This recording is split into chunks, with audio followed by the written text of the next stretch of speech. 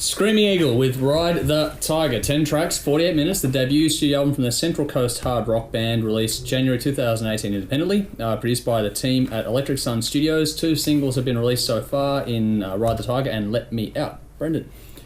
Right, this is one kick-ass rock and roll album for mine. Vocal and guitar-driven rock, but this one really, really delivers. As far as like Australian rock albums that I've heard in the past couple of years out of bands I was unaware of, this rivals Ragdoll for me. This is right up there. It's a really good fucking rock album. Anyone that's heard that Ragdoll album would know that's a pretty serious compliment. Yeah, it is a big compliment. Yeah, this is not just 4-chord belting rock. This is well-constructed, well-written, and really well-produced music. It's fantastic. It sounds great. Gave me a very similar feeling to Slash's last album, actually. The production, the sound quality they got across, which is a real compliment to whoever did it. I mean, being that that's independently produced, for me to be able to make that comparison says they're not the only one. A lot. Yeah. Having said, the vocal delivery is kind of Miles Kennedy-like in its delivery, which is he's not a clone, but it's just got that same sort of style to it, which I thought was cool. The slower track in there, Right Down, I think it's called, is an absolute banger. That gives that whole album another dimension. It was placed really beautifully on the album, just snapped me right back into the groove. It was great. I've never seen this band live, but I imagine they go nuts. And we're trying to get them down soon, so hopefully we can. Hopefully, yeah. For me, there wasn't much not to like about it. Beautifully performed, sounds fantastic. This should be getting lots of radio play and won't. Scored 9 out of 10 for me. The highlights were Right Down, Venom, Stuck in a Hole, and The Last Crusade. Cool. Right.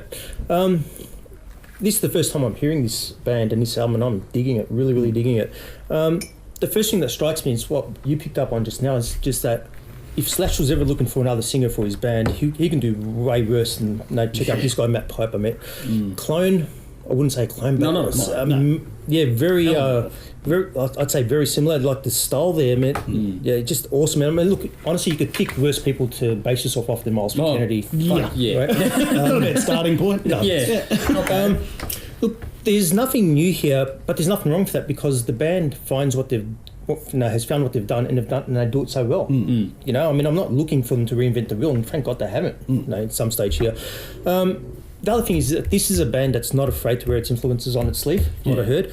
I'm listening to this. I'm hearing bands like obviously Slash. I'm hearing 80s stuff like Fastway bands in there as well. That's cool. Yeah. I'm even hearing a little shades of Ted Nugent in there as well.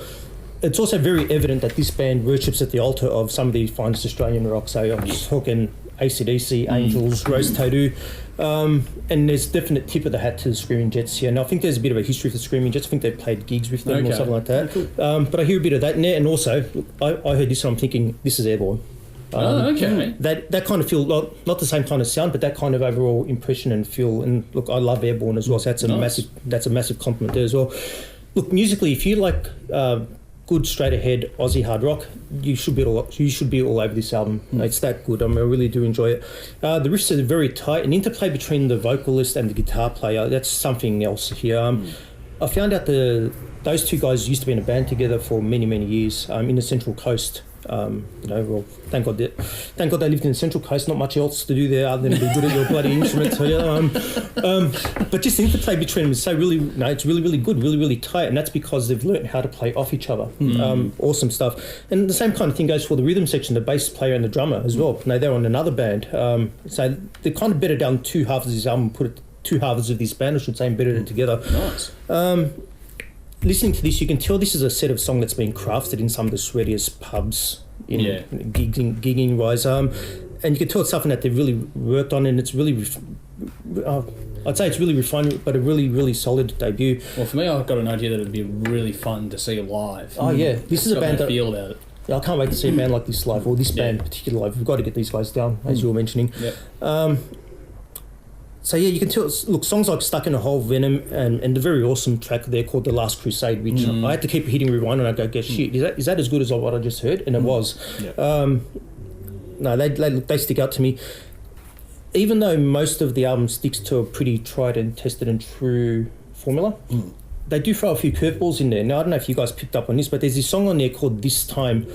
Listening to that, I got a very Living Colour feel off it. I hear what you mean. Yep. There's a few little different things in there. It was like I say, just threw a curveball in there and just really really grabbed the interest back there. I can't say there's really a track that I don't like on it. There's not too much I don't really... No, I'm not going to really bag on the album or anything like that. Sometimes I mix it up, and when I mix it up, the songs that they try to do is something a little bit different are like sequential. So maybe if you space them out a little bit more. But work, but I'm always on for experimentation and all that kind of stuff, so no, it's not really a drawback. If there was one, it'll be just that cover. Seriously, I'm not a big fan of that album cover. It's the kind of cover that even Faster Pussycat will say, nah, not for us. It's great music, but guys, it's a terrible cover, sorry. Favourite tracks for me, The Last Crusade, Venom, The Smoking Gun, and This Time. I gave it I did do it 7 out of 10, but I've changed my mind. I'm giving it an 8 because I was putting between two of them. And the only reason I gave it an 8, obviously, flow lost me a little bit, and just the cover, 2 points. Fair enough. Okay. Damn, you're hard with your fucking points. I tell you what, there are some previous reviews that he's done where go through our Iron Maiden stuff, you'll see. This is feel good yet modern vintage hard rock. It's all about the riff, the melody, the groove, and the hooks. As I said, this will be fun live, but it's also a great album to sort of stick in the car and drive to. Like, it's a good fun cruising kind of record. I think, the same as everyone else, inspired by Slash and Miles and by extension Guns N' Roses a bit, but there's other little bits in this too, like you were saying. For me, though, there were some of the rhythm elements out of Van Halen's playbook. And also some little touches of things like the Tea Party in there, just to spice things up a little bit. There's some certain different notes being used in there. It's not the world's most groundbreaking album, but it's solid rock done really well. And you don't need it to be groundbreaking to enjoy it. I love the vocal production on this. That was really good. It's got a vintage hot compressor running on it.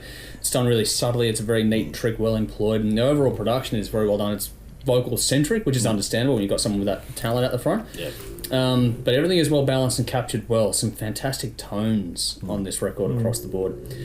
For me, the drums got to punch through a little bit more, but they are present enough. Overall, great use of space, depth, and the subtle tricks in the production make this shine, but they do keep the grit in there as well. It's a fantastic sounding record overall. Great writing in here as well. It's well done, great hooks, just the right amount of pop sensibility to make this accessible. Pretty much anyone can enjoy this, and it's perfect, like you were saying, for radio. It's got great energy and track order as well. It's a groove and feel based album, which is that rhythm section you were talking about, but it's so smooth and it goes down really easy on repeat listens for me. Some fantastic guitar work though, and the vocals and that are the standout elements overall, but the rhythm section nails it down without losing the feel. It's a whole band performing really well together. Memorable songs, you'll be singing along in no time, and it's great blend and changes of pace, and there's some very cool lyrics, little word plays, which is that whole the pub rock thing. Like, you can tell they've honed it there, so keep the audience engaged. You've got to throw a lyric in there now and then, or go, hang on, what? And they've got that really cool on this.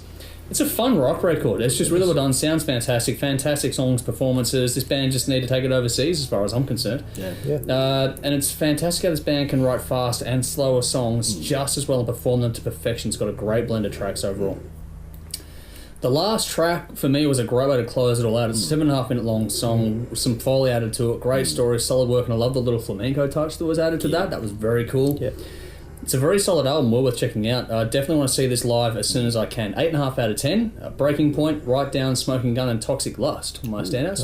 Check it out for yourselves. Let us know what you think.